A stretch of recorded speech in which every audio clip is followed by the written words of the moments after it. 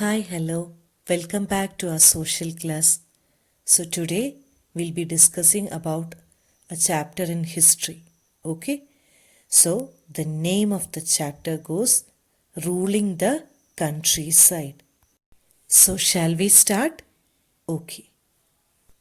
So starting the topic is the company became the Diwan.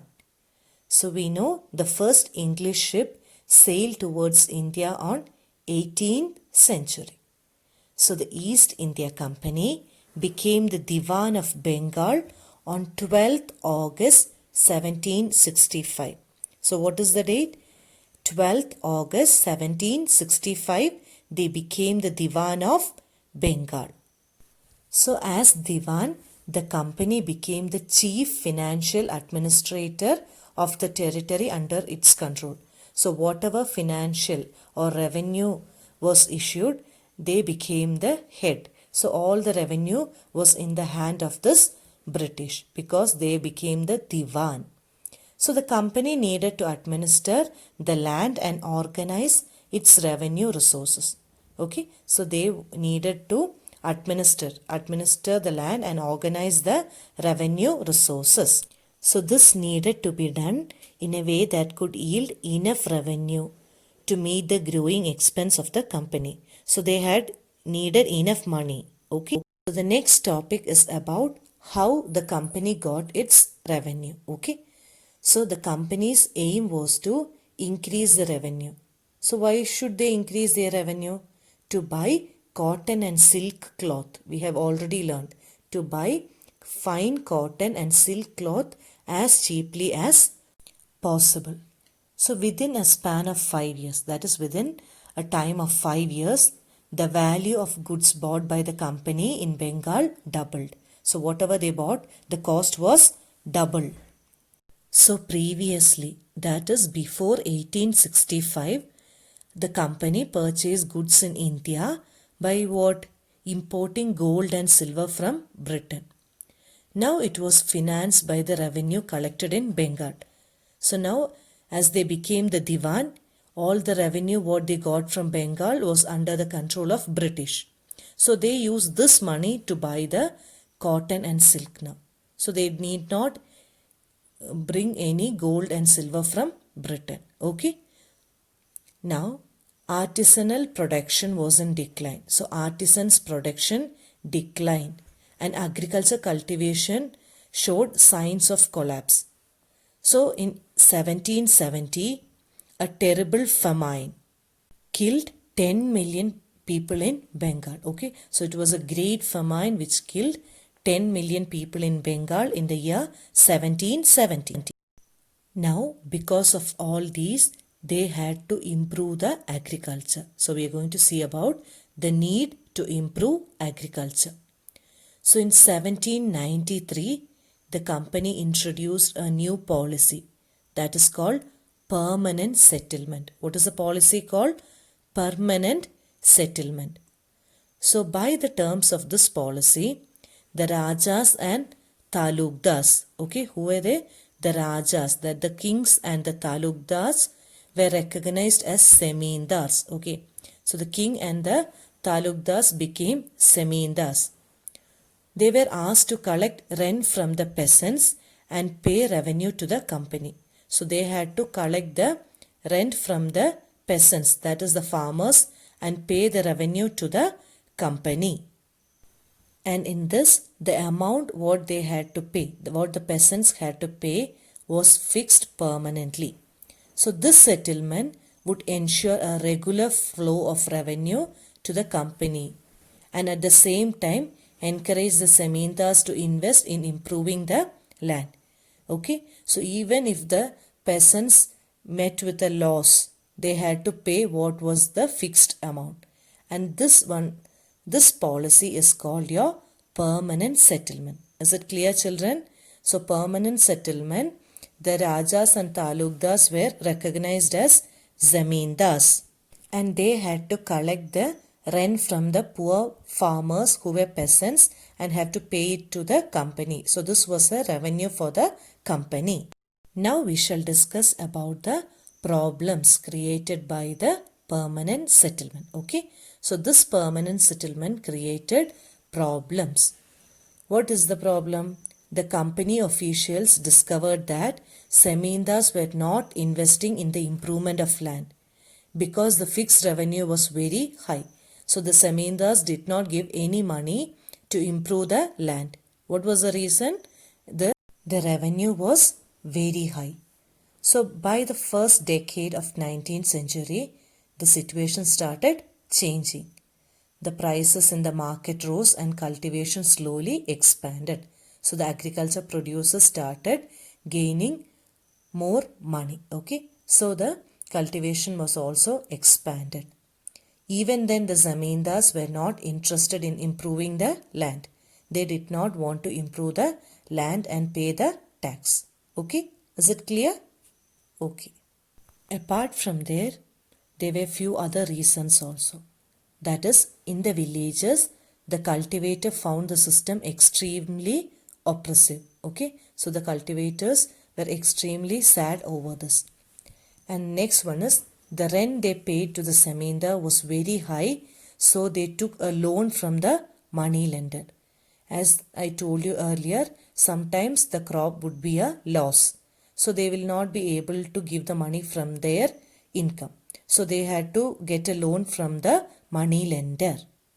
And after getting the money, if they failed to pay the rent, they were evicted from the land. So sometimes I told you they had to pay a huge amount to the zamindars, and they have also to pay a interest to the landlord. So they were not able to cope up. So they have to lose their land. So after knowing about all this, the company officials thought they can change the system. So a new system was devised, was brought into. Okay, this because the company officials decided to change the system of revenue. The previous system was called permanent settlement. What was it, children? Permanent settlement. Okay, so Holt Mackenzie. Who is it? Holt Mackenzie brought the new system which came into effect in the year 1822. Which year? 1822. Okay. So under his direction, collectors went from village to village. Okay. So collectors were sent from village to village for inspecting the land, measuring the field, and recording the customs and rights of different group. So collectors went to the villages. Okay, they inspected the land, measured the field, and recorded the customs and rights of different groups. Okay, so by this they were able to know the actual income of the farmers. Okay, and the estimated revenue of each plot within a village was added up. Okay, so the revenue of each village was added up to calculate the revenue of that village. Okay, so that village was otherwise called Mahal. What is it? M-A-H-A-L, Mahal. Village, the other name for village is Mahal. So totally what the village or the Mahal had to pay was calculated.